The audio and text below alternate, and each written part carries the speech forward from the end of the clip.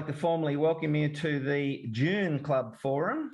And please note that we're recording this and it'll be available on the ASCCA website, the same as the May one was this month, and it'll be there for you to refer to later on. If you've got any questions or anything comes up during the presentations, please use the chat function. Don't wait to be for the Q&A session. That way you won't forget what it was that, if you're like me, 10 minutes later, you walked around the block and forgotten what you're going to say the first time. And I'd like to do the acknowledgement to country. I'm speaking to you from Noongar Boodja country, which is the Swan Valley of Western Australia. We each come from a different First Nation country, and I'd like to acknowledge the traditional custodians of those many lands.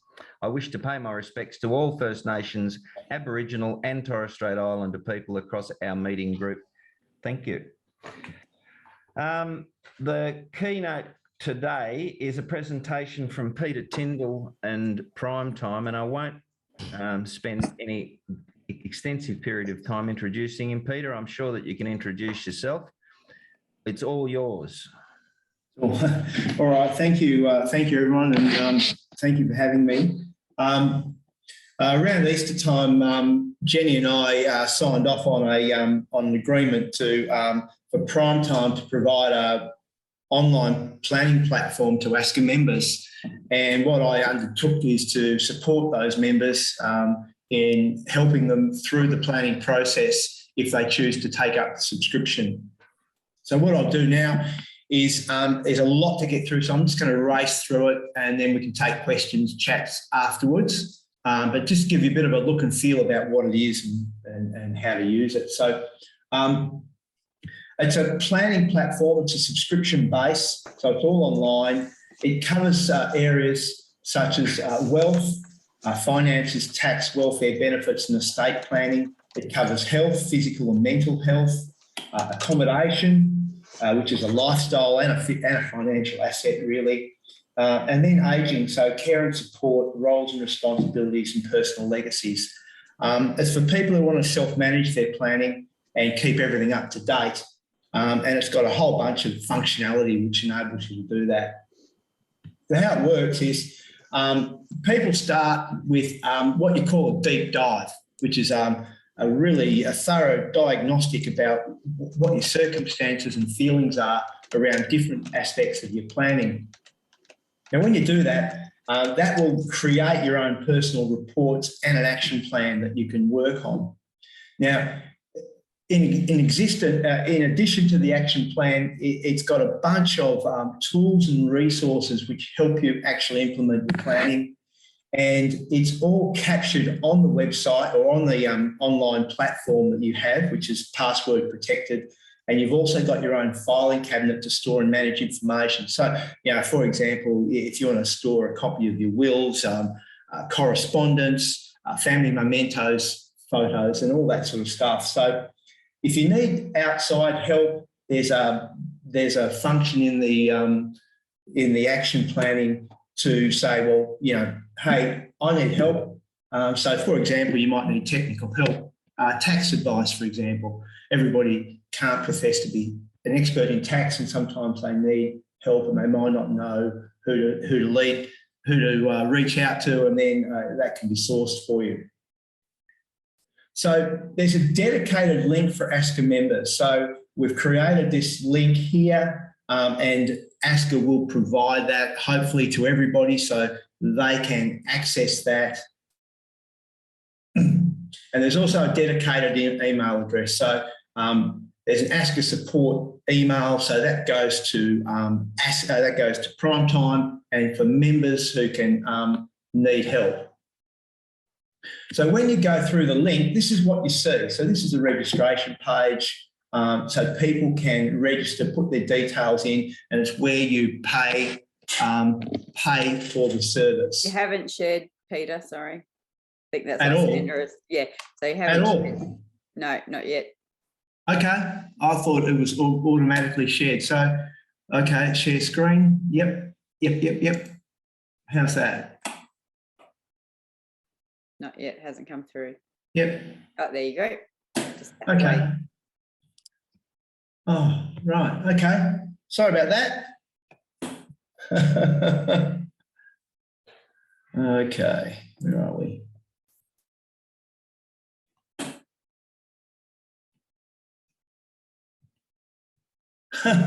So that's my first slide.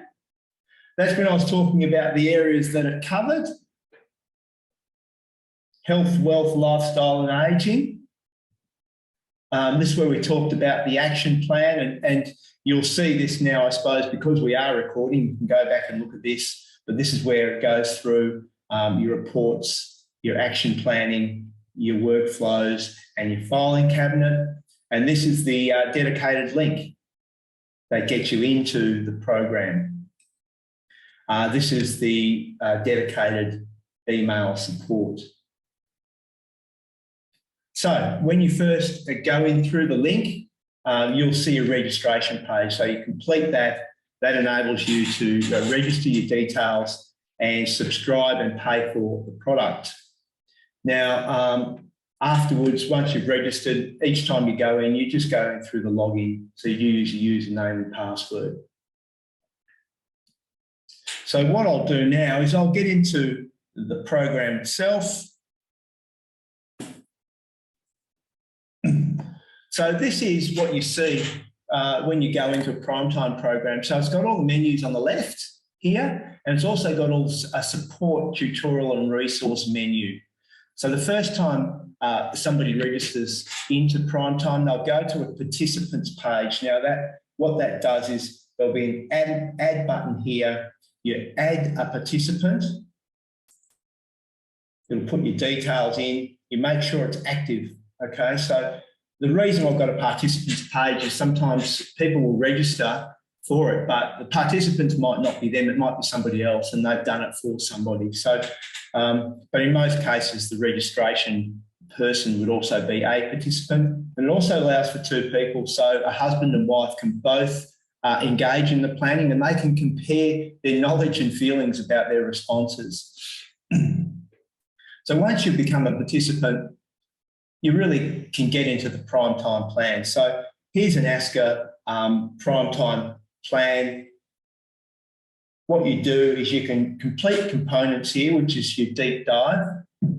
You can also view the reports, and you can save a PDF report.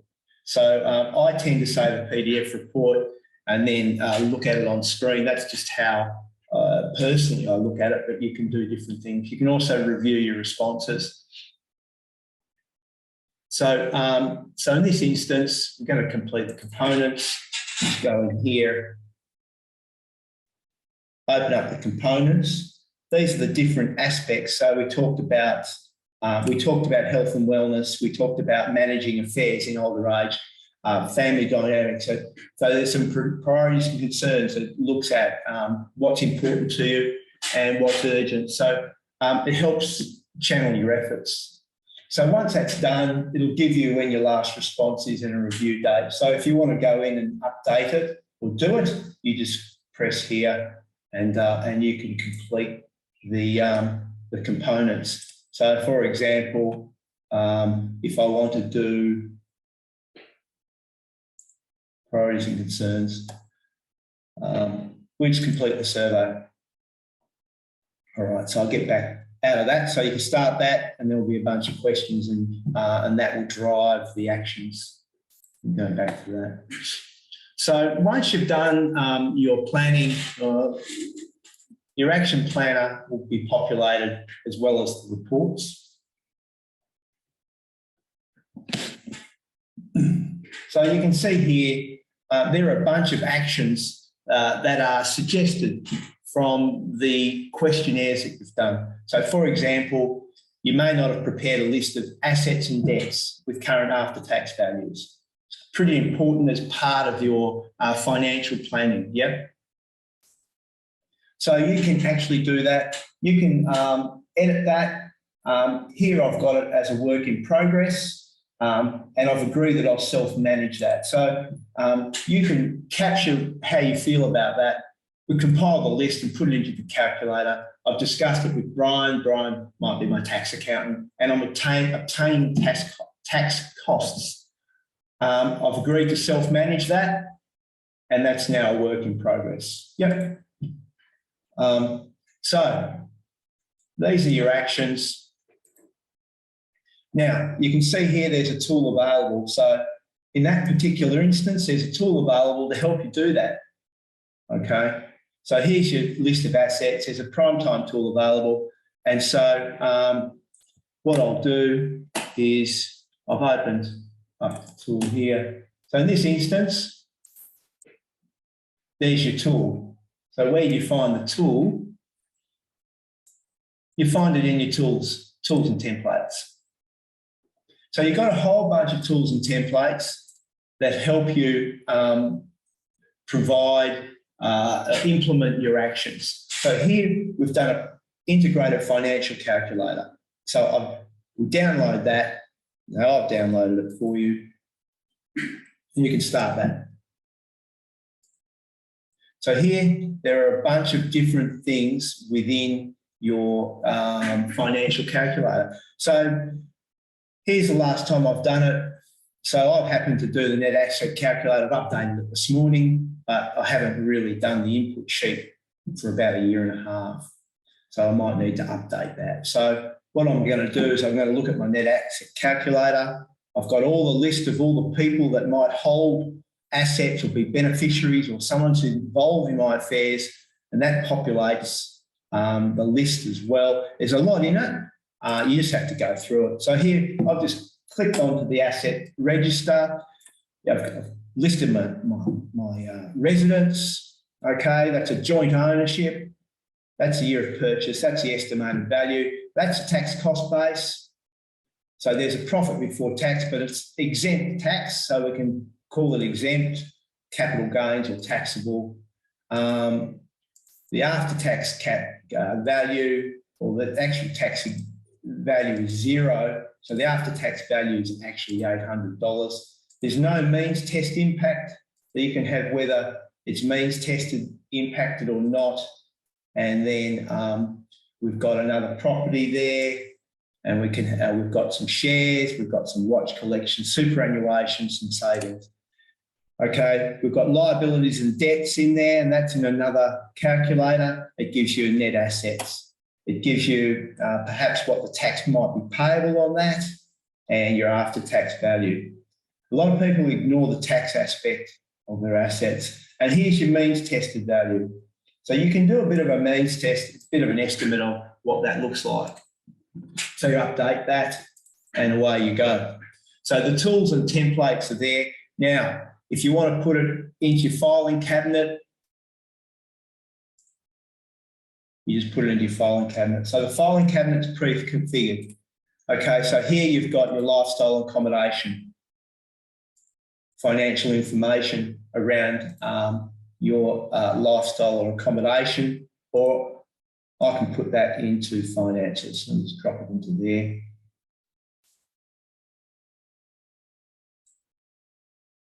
So I'll put it into there. So if I've got two of them, I can just delete it.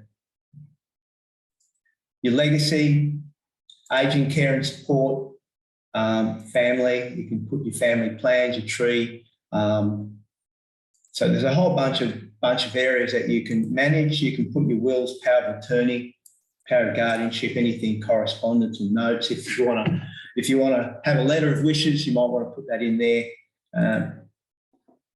Store it all. So that's really where you keep all your files. You can put photos up there, all the tools that you use on your planning. Now, if you want to, you can get support through the section, so you can use tutorials. So there's tutorials here that cover everything in the planning system. Okay, how to start, how to register, how to access your reports, how to use your action planner, how to use your filing cabinet. So you're not going to remember this from this very, very fast presentation, but everything there, it's got about 23 different video tutorials. It's also got some useful links and articles. So if you want to look at reducing risk of chronic disease in older adults, early screening. You want to look at planning retirement, taking care of your business. So there's a whole bunch of relevant things that people can use there. So what's the report look like? Here's a report I've used. This isn't an ASCCA report. This is another one, but this gives you an idea how the report looks. It's got the table of introduction, personal details, how to evaluate, engage and enable, how to read the actual report, and it gives you some feedback.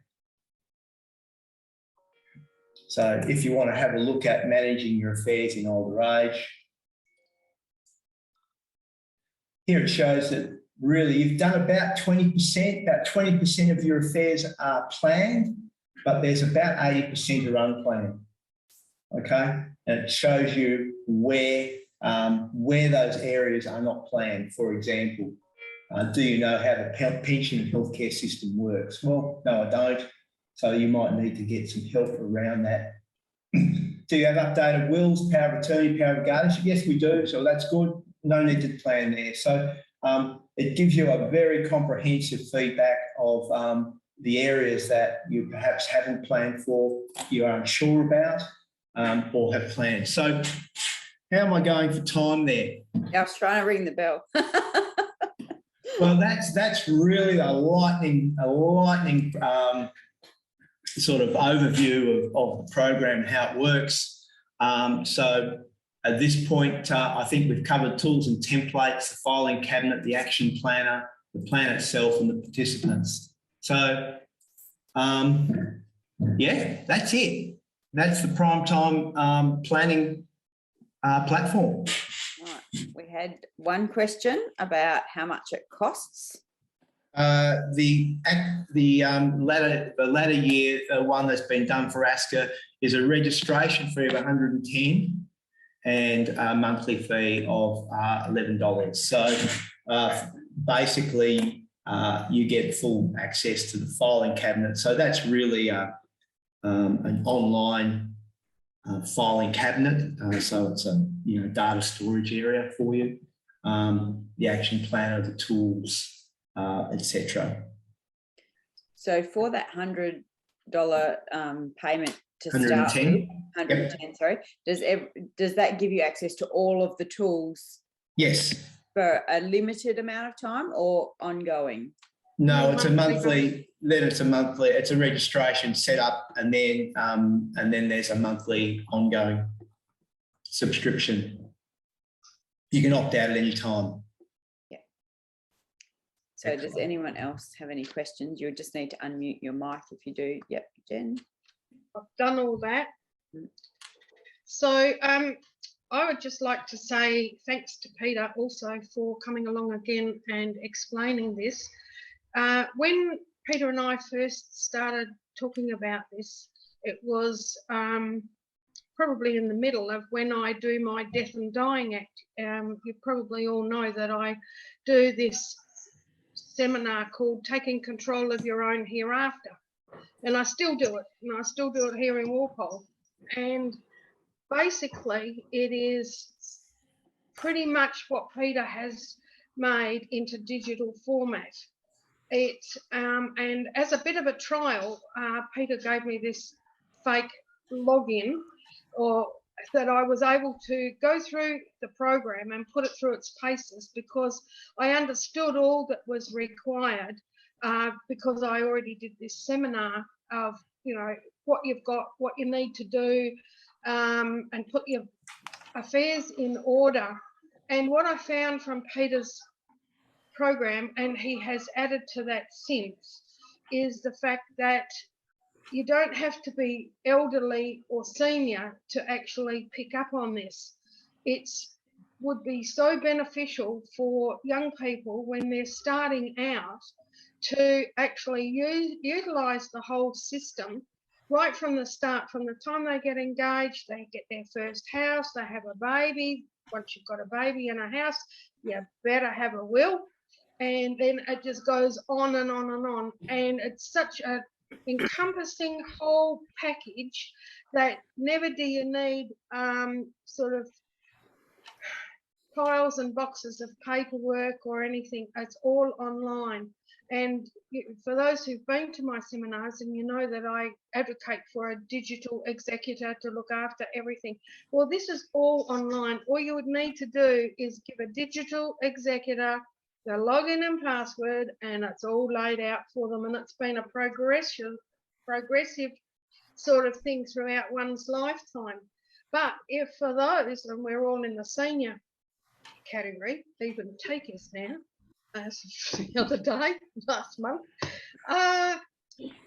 there's options there where children can do it for their elderly parents and start getting them thinking about it.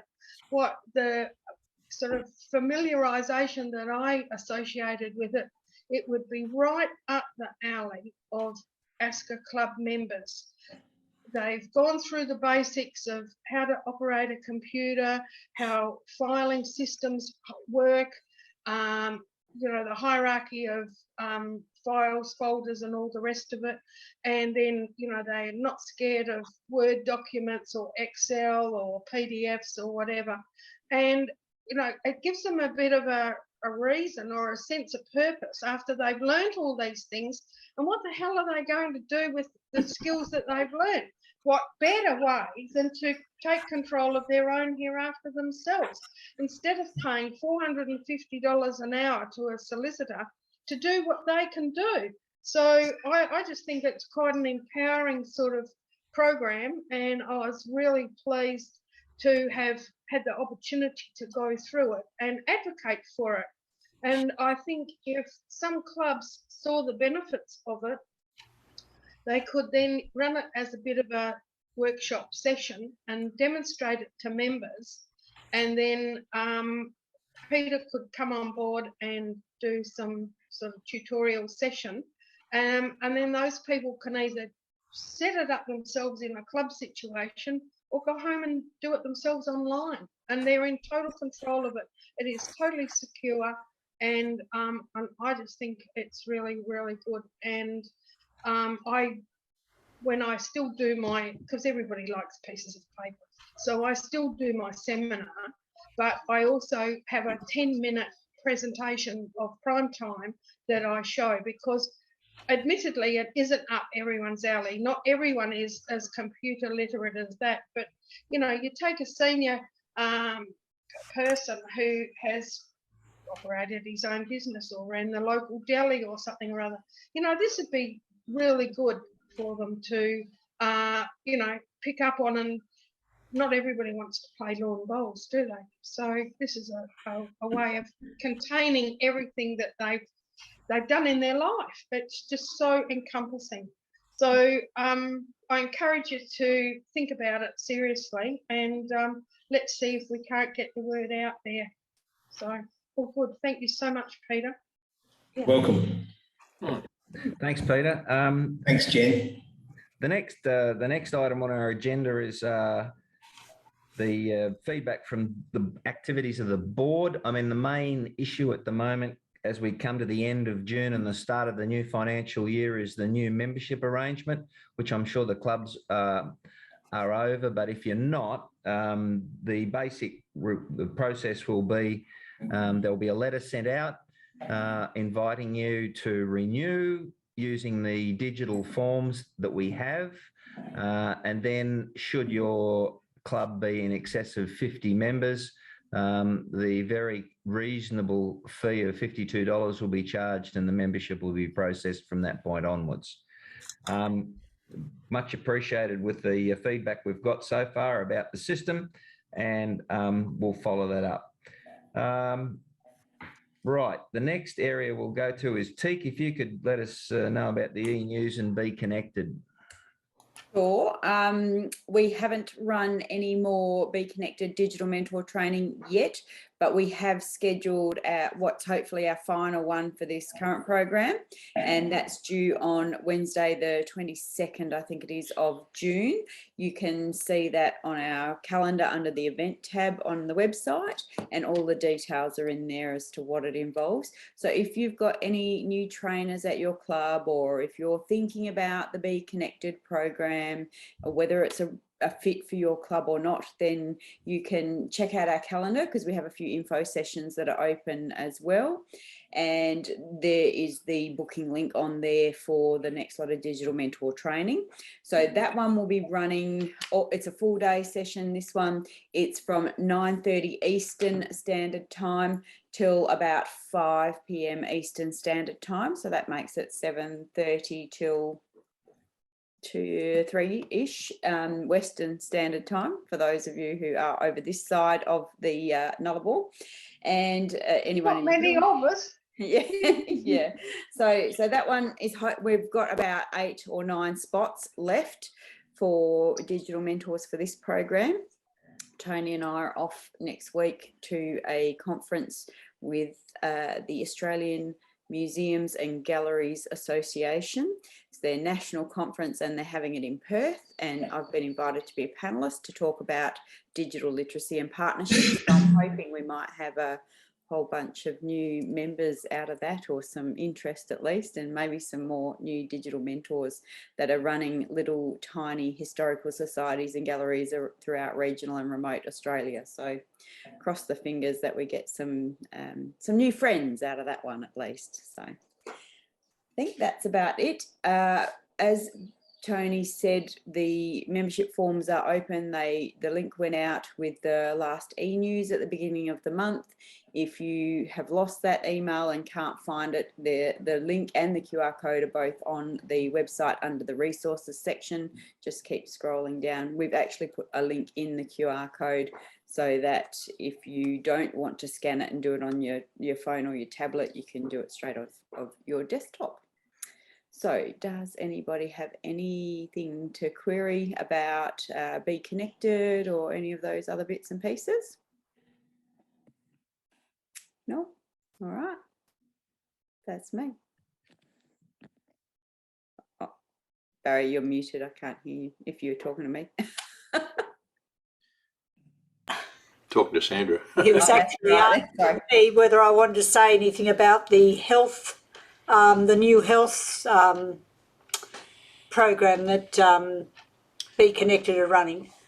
They're desperate. It's not running in Western Australia though.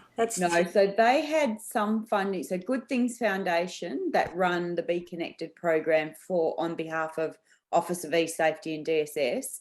They had some funding, I think that was pre-COVID, to run Health My Way. And so Jen and I actually ran that program when they were looking for test drivers.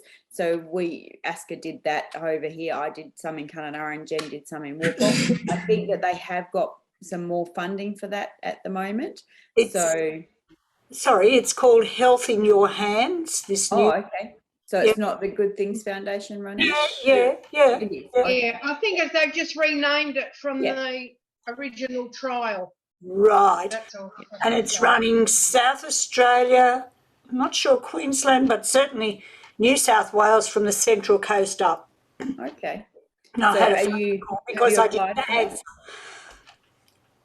I've accepted to do it yesterday, and applications finish at midnight, but they're going to extend it for me. I said I promised to work over the weekend. Oh, good. You too. Yeah. Well, that's good. I'll make sure I keep a note of that and let anyone over that side know if they're interested in participating. So, yeah, just sing out if you need any help, because if it is rebranded, which I'm assuming it is, then Jen and I have got a little bit of intel. So that's good. It's about the My Health record. Yes. And that sort of thing. As well as all the different types of apps, etc. Yeah. I know Alex will tell us a little bit later about the new Apple updates, etc. And so there's some interesting stuff in the new Watchos 9 update that's coming later this year around health. And I know the iPhone's got some new inbuilt medication reminders, etc. So you don't have to go get third-party apps. And I mean, it makes me feel better because I know Apple look after our privacy quite well. So rather than going and downloading an app from goodness knows where it might have been. Oh, Tony's just messaged his internet's dropped out, so he'll be back directly. Yep. So yeah, so I'm quite excited about some of these updates, and Alex is too. So considering that Tony's now fighting with his internet, the next thing on the agenda, lucky I did have the agenda in front of me, was a conference update. So we are getting there with an agenda and hoping to have that out for public consumption by the end of this month, hopefully, maybe early July-ish. I want to note, Susan, an awesome new banner. Oh yes, there's a new banner we made for that. So hopefully everyone gets the fun and safe vibe out of that. So I did want to alert everybody that in the calendar I can see, and Susan, you might like to speak to this if you're still with us, that the multimedia competition begins in 1 to 3 weeks' time. So, so keep that in your calendar. Susan, I'll let you speak to the competitions if you can. You're on mute, Susan. Susan.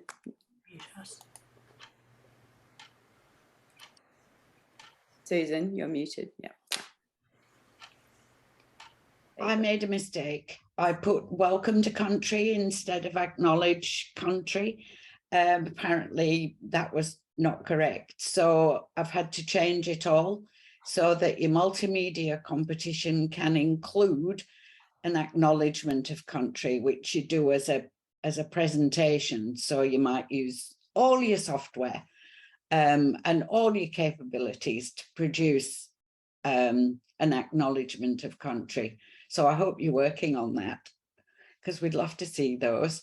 And the other one is as it was, the journal, that you can, again, exercise all your expertise with your software and have fun doing it, and send it in about 3 weeks' time. Good, thanks, Natika. No worries. Thank you. Tony's just back and I see he's on his phone, so I've just renamed him so he's not his phone name. Oh, he's just joining the audio. Okay, so yeah, so everybody keep an eye on that. We do have a couple of training sessions ready to book. They're also in the calendar. Jean's first one this month is training for Gimp. So that's it's kind of like a free version of Photoshop if anyone's interested in doing some training on Gimp. And then, so that's on the 15th. And then her next one is on the 29th. And that's training around the public library's digital resources. So you can click into the calendar item and get more details in there. And that will also have the link for you to submit your expression of interest to participate, and then Jean will be in touch with you once there's a spot there for you. Alex, if you're still there, okay. Absolutely, yeah. It's obviously not meant to. Now, apologies that I'm not visible. I'm actually driving at the moment and can't see anything on any of the screens, but you can hear me, and that's going to be good enough. Now, this week has been the Worldwide Developers Conference at Apple. Now, this is a yearly event. They've had it for at least a couple of decades, and a lot of other companies have them too. Google had its Google I/O session a couple of months ago. Facebook has one. Microsoft has them. Samsung has developers conferences, and the one from Google, if you haven't seen it, just type in io.google. That's io.google. I really recommend you watch that one too, because it shows you all the cool things that they're coming up with. But this week, of course, is all about Apple. Now, the focus is on developers and how they can create apps in a faster, safer, more secure way, easier to navigate, more beautiful, all the different security updates that Apple has put in, and taking advantage of all the features for augmented reality and lots of other things. And in fact, the first thing I would suggest you do is you either go to apple.com or you go to youtube.com/Apple. And so, apple.com or youtube.com/Apple. Now, if you go to the YouTube page, there is the first link you're on is called Home, but there's a second tab called Videos. And in there, you can see the 1 hour and 47-minute Keynote. Now, I really implore you to watch this Keynote and don't watch the cut down ones. Like The Verge has a 24-minute cut down version of this Keynote, but so many cool things are cut out. And of course, this is not you going into a cinema. I mean, you can pause it. You can watch it on your phone or tablet or computer. You can come back. You can watch some in the morning, take some more in the afternoon. I mean, it's in 4 or 5 or probably 6 or 7 different sections, which you can see clearly delineated on the right-hand side as different chapters. And they're talking about the new iOS 16 that's coming in about 3 months. This is the developer version. The public beta will be coming in about a month. A lot of people have already been putting these versions onto their daily drivers, onto their main phones, which for non-developers you should never do unless you're willing to take the chance that things could be buggy or broken.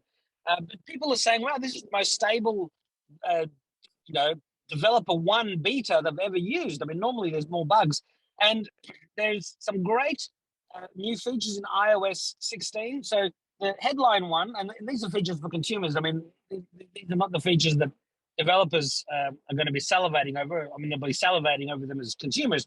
But one of the things you can do is, and this seems to be like a small thing, but the lock screen. That's the screen that you see when you pick up your phone before you've typed in the password or it's looked at your Face ID. And normally it's the time and the date, and you've got some photograph of some sort. Well, now you can modify and customize this screen by putting the time and date and the those sort of details right up in whatever font or color that you want. And you can also, finally, you can add widgets to the lock screen. So this gives you easily glanceable information of the sort of the type that you'd see on an Apple Watch, or the widgets that you already have on your iPhone or iPad, to look at the weather, see what song is playing, look at your exercise rings, see how much water you've had to drink that day, or about your medications, which we'll go into in a moment. And there's lots of different things there. So the lock screen has been upgraded. It's infinitely customizable, and it also points to Apple having an always-on display for the iPhone 14 that comes later this year.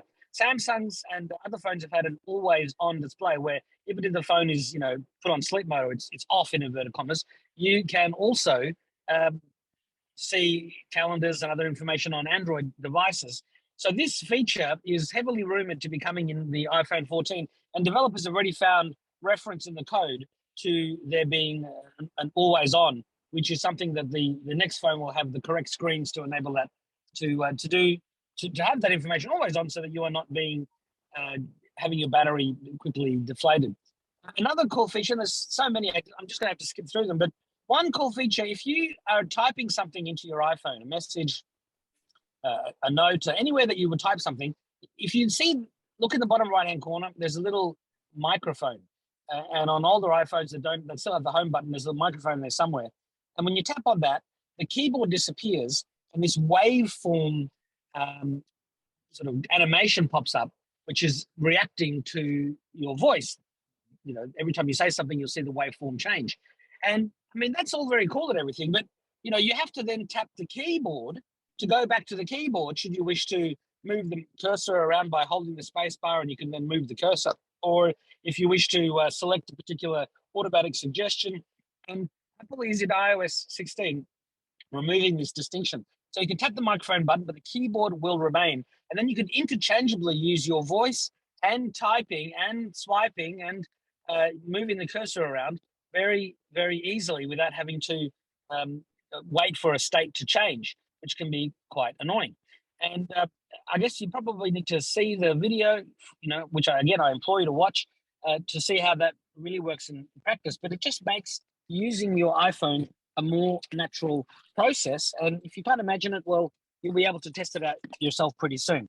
And of course, if you do have a spare or an older iPhone or a spare or an older iPad, nothing's stopping you from, in a month's time, registering for the public beta and trying it out for yourself on that secondary device. And for me, I'm going to put the public beta on when it comes out, and I'll just use that as my primary because I like living dangerously.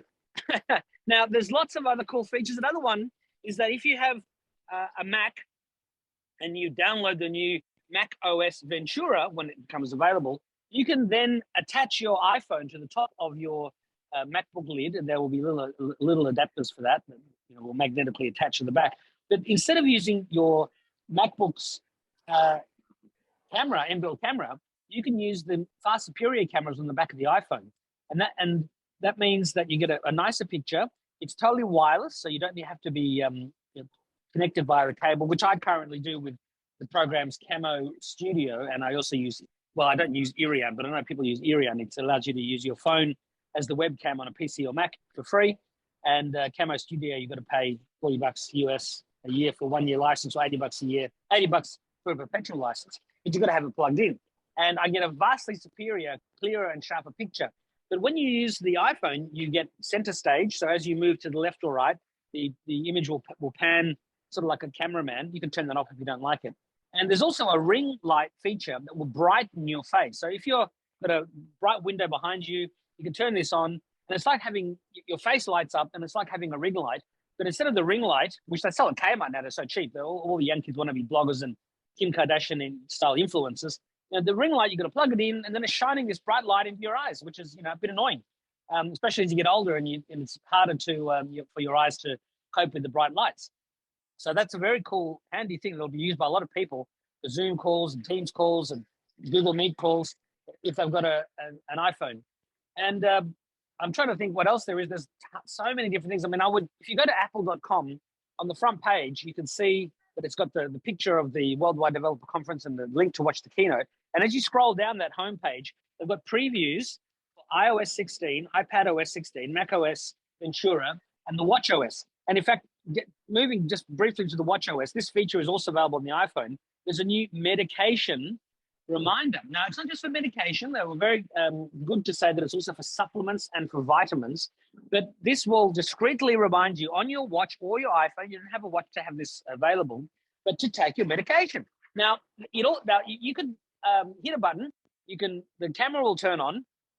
You can hold the bottle of medication in front of you, and it'll recognize what it is, record all the details for you, and it will also tell you about potential drug interactions. So it might come up and say, hey, if you're going to take this drug, which obviously your doctor told you to take, please don't take any alcohol with it within a certain time, because, well, if you're taking this drug, well, it can interact with that drug. So it's like intelligently telling you about the safety of various things. I mean, for example, if you take blood pressure tablets, it tells you don't have potassium, don't take potassium supplements. It can be very bad. So you've got to make sure, I guess, you don't eat too many bananas because they've got full of potassium as well. So, about the only thing that this medication reminder doesn't do is to, and it would be easy if you could see me. In fact, I just stopped. I've stopped, and I'll turn on my my camera here. I'm wearing a funny hat. But hang on, let me just turn my background off. Just scroll down. There's backgrounds and effects. We've got a none, and so yeah, with your watch, the only thing that it can't quite do yet is pop the lid open and all your pills are inside of there, which would be very cool. But there's not enough space for that. So let me just get out of this now that I've turned that off. So the Watchos 9 has new watch faces. It's got new ability to automatically swap. If you're a triathlete, for example, I don't know how many people in this age group are triathletes, but yeah, if you're going from swimming to running to cycling, the watch will automatically change the state of, it'll recognize that you've changed from swimming to cycling, for example, and it will automatically change. Now, there's a bunch of other health stuff in there. Again, if you go to apple.com and have a look at that page, you'll see lots of cool information about that. With macOS Ventura, you now have a new multitasking interface called Stage Manager. So what Stage Manager does is it shows you the main images, and you can have different windows, and you can have 2 or 3 different windows, for example, as one set.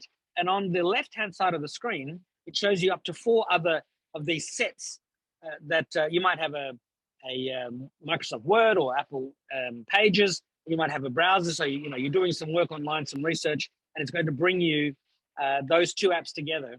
And you can still multitask in the way you've always multitasked before.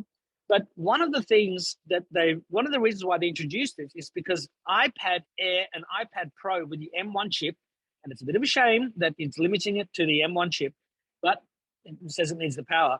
The iPads now get windowed applications, so you can make an application bigger or smaller in a window the way that you can on a PC or Mac, and you can have this Stage Manager thing as well. So you can have these different sets of apps and you can resize the windows. And also one of the other things that Apple has done is they have included the ability with the M1 iPads to plug into an external monitor and use that external monitor as a full separate display, the same way you can on a PC or Mac. Previously, if you connected your iPad, any iPad currently, to an external monitor, it's only mirroring. It's not letting you use that as a separate desktop space, which would be the case if you were using a PC or a Mac. So that now comes to iPads as well. So iPads become this much more, I mean, the iPad is turning into the Mac as opposed to the Mac turning into the iPad. And another cool thing with the ability to do FaceTime sharing and see each other or hear them and have a bunch of people working at the same time is that you can also collaborate on a document together, Pages, Keynote, and you can see the different cursors around. But there's also something called Freeform. This is coming later this year. And this is a giant whiteboard. Now, you'll see it on your iPad, but you can then zoom in to a different corner of the page, that shared whiteboard, and you can be working on that section. So people can collaborate together, brainstorm, mind map, come up with ideas, share designs on this giant whiteboard, which everyone can sort of work on at the same time, separately and together. So all this and much more is included in the 1 hour and 47-minute keynote. You can now answer a FaceTime call on your phone, hold the phone next to your tablet or Mac, and that will come up and say, if it's on the same iCloud account, it'll say, oh, would you like me to transfer the call over here? And you just tap it and bang, suddenly that picture of that person is on your much bigger Mac screen. So there's really, really cool stuff, including the MacBook Air with M2 processor and the MacBook Pro with M2 processor. Obviously, the M2 processor is faster and better than the one that came out in 2020, the M1. And the new MacBook Pro with M2 has a 13.6-inch screen, so it's a bit larger. Got a 1080p camera that's on the top inside of a notch. So normally, if you look at a Mac at the top where you have the camera, it's just black bars on the left and right. Well, those black bars are now part of the screen. So they haven't taken any of the screen away by giving a notch. They've given you a whole stack of screen back. And it's thinner, it's lighter, but Apple is trying to. One day, Apple will merge the two together, but it's still some years away yet. So really impressive stuff. I really urge you to watch the keynote. If you're willing to try the public betas, they're available in about a month's time, sometime in July. If you've got if you're brave, put it on. But really, you should have a secondary device. And of note is that iOS 16 only works on iPhone 8 and up. So the 6S and 7 will stay on iOS 15. iPad OS 16 works on the iPad 5th generation and up, iPad Air, I think 5th generation and up, iPad Mini. So iPad Air could be 3rd or 4th, iPad Mini 5th generation and up, and of course the iPad Pros. And with the Mac, you've got some MacBooks at 2018, I think 1 or 2 at 2017, but things that are older than about 2017, you won't get that new version as Apple is trying to. And if you have an Intel-based Mac, there are certain features you won't get. I just thought of one other feature that with the iPhone 12 and 13, if you at the moment, when you look at a photograph, if you see text, you can put your finger on it, you can copy and paste it. Well, this is now coming to videos. You do have to pause the video, of course, but you'll be able to copy and paste live text straight from videos, which can be quite handy, depending on what you're doing. There's tons and tons of fantastic features. Apple is hoping people try and play with them and give them feedback on it. And our technology just continues getting better and better. So that's the short version for me. There was another thing that you missed, Alex, the new Apple CarPlay that's coming out. Oh, yes. Yeah. So certain models of cars. Yeah, I've got a CarPlay unit in my car, which is a third-party one that you can attach to the windscreen. Now, the CarPlay they showed in the keynote, you've got to see it. They're giving us a glimpse of what the Apple Car will look like. Now, you normally have a screen that's about 7 inches in modern cars, and 98% of cars in the States that come with CarPlay have CarPlay built in as standard. But what Apple is showing is that the entire dashboard can be a screen. So behind where you've got the current instrument cluster, that can be a screen. And Apple can have widgets of kilometers per hour, revs per minute. They can have the temperature. They can have other details. That whole screen as well can turn into the map. So when you look down, normally you'd see the kilometers per hour. You see a map and you see the blue line, you see the car going. But you can have screens all the way along the entire dash. You can have screens at the back you can have all these different screens, and CarPlay is able to control all of those screens. So one kid could be watching something, somebody else could be watching some news, somebody else is checking different metrics in the car.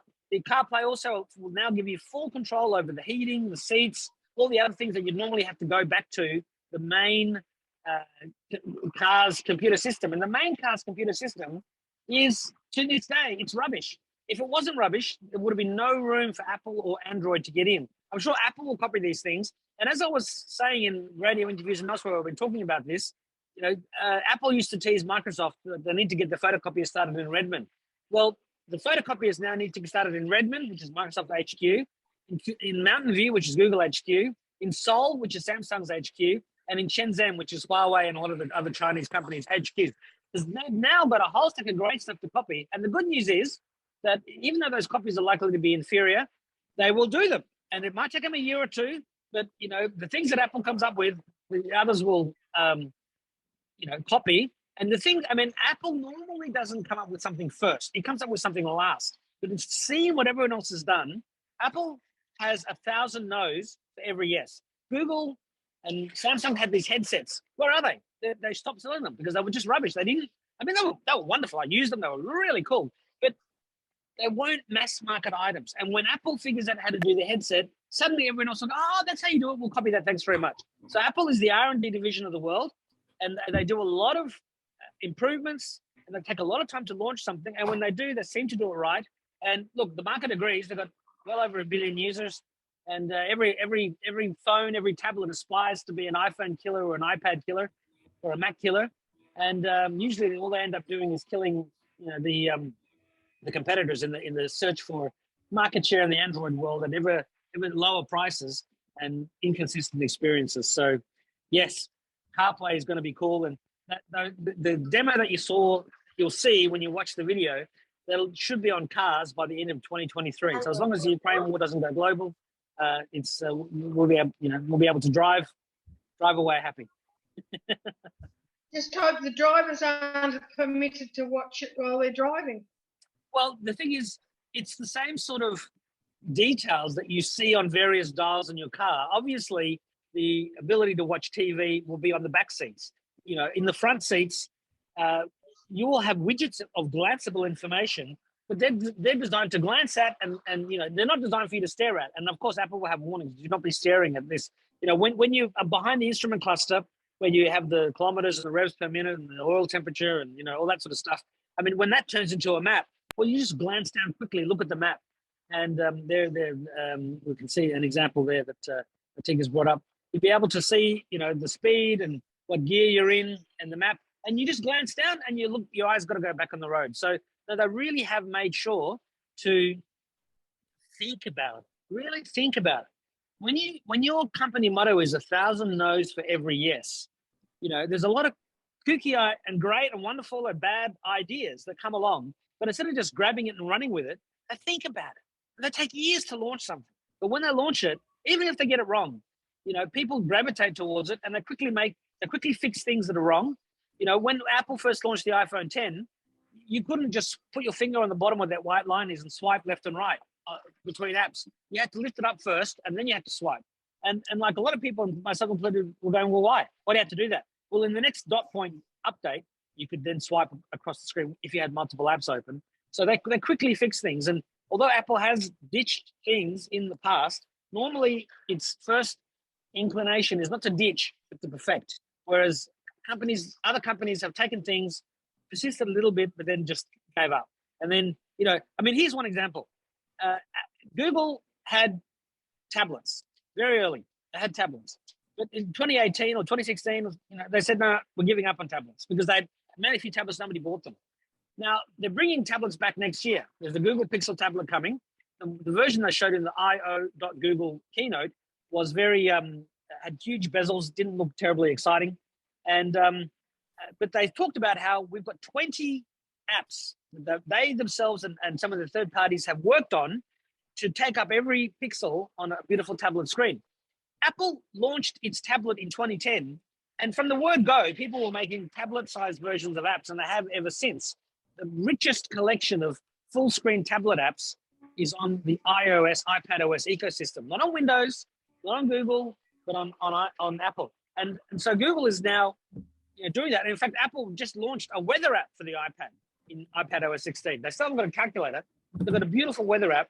So they're continuing their own tablet experiences. But also, Google at their I/O conference announced that you can now copy something on an iPhone and you can paste it onto your Chromebook or Android tablet. Well, Apple's had that for several years, and they just updated it so that if you get a FaceTime call video on one device, you can transfer it to another. So where Google gave up on tablets and just launching a feature Apple launched, I don't know, more than half a decade ago, Apple just sticks to it and improves it year by year.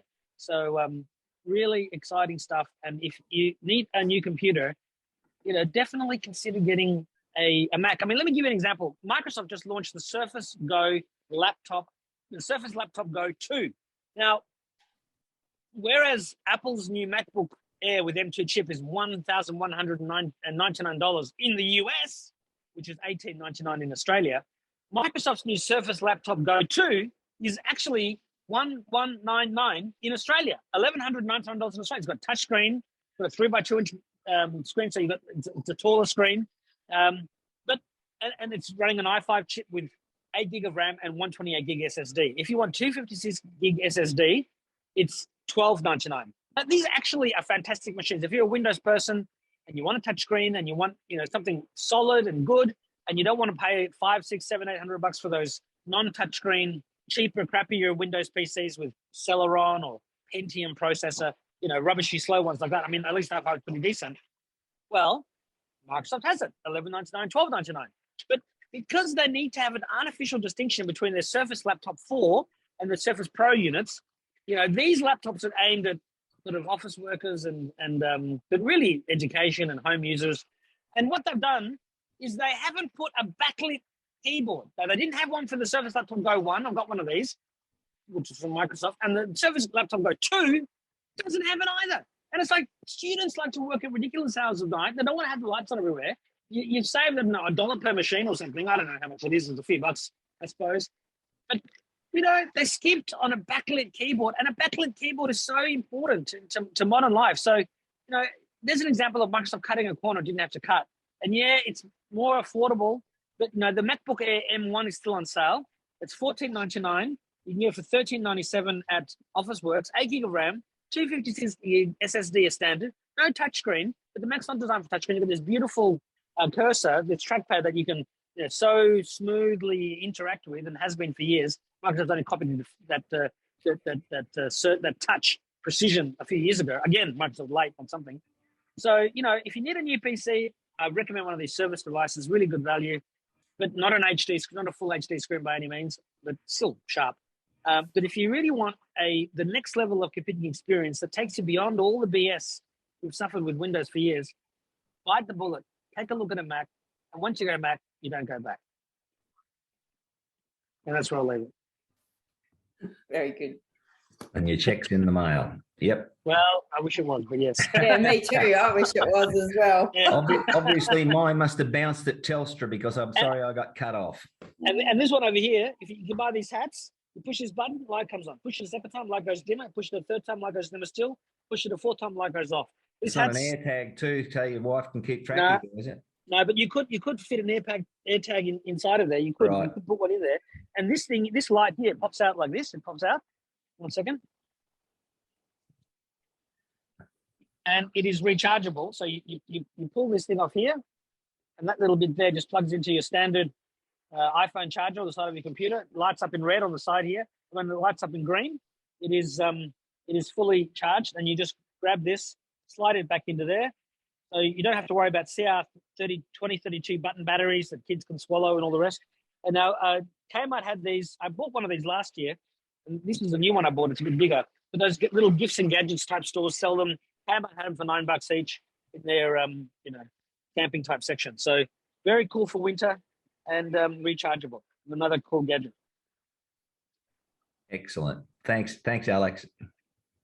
No worries. I'll log off now, but thank you for joining, and see you next time. Cheers. Thanks for that. Well, my apologies for disappearing for a while there. Like I said, Telstra weren't playing the game for a while, but I'm pleased that everyone soldiered on.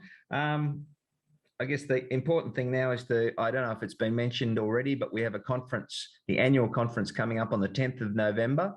Please make sure that you've noted that date in your various calendars. It starts at 0900 or 9 a.m. Australian daylight time in November. And the next club forum will be on Friday, the 8th of July, same place, same station, same time.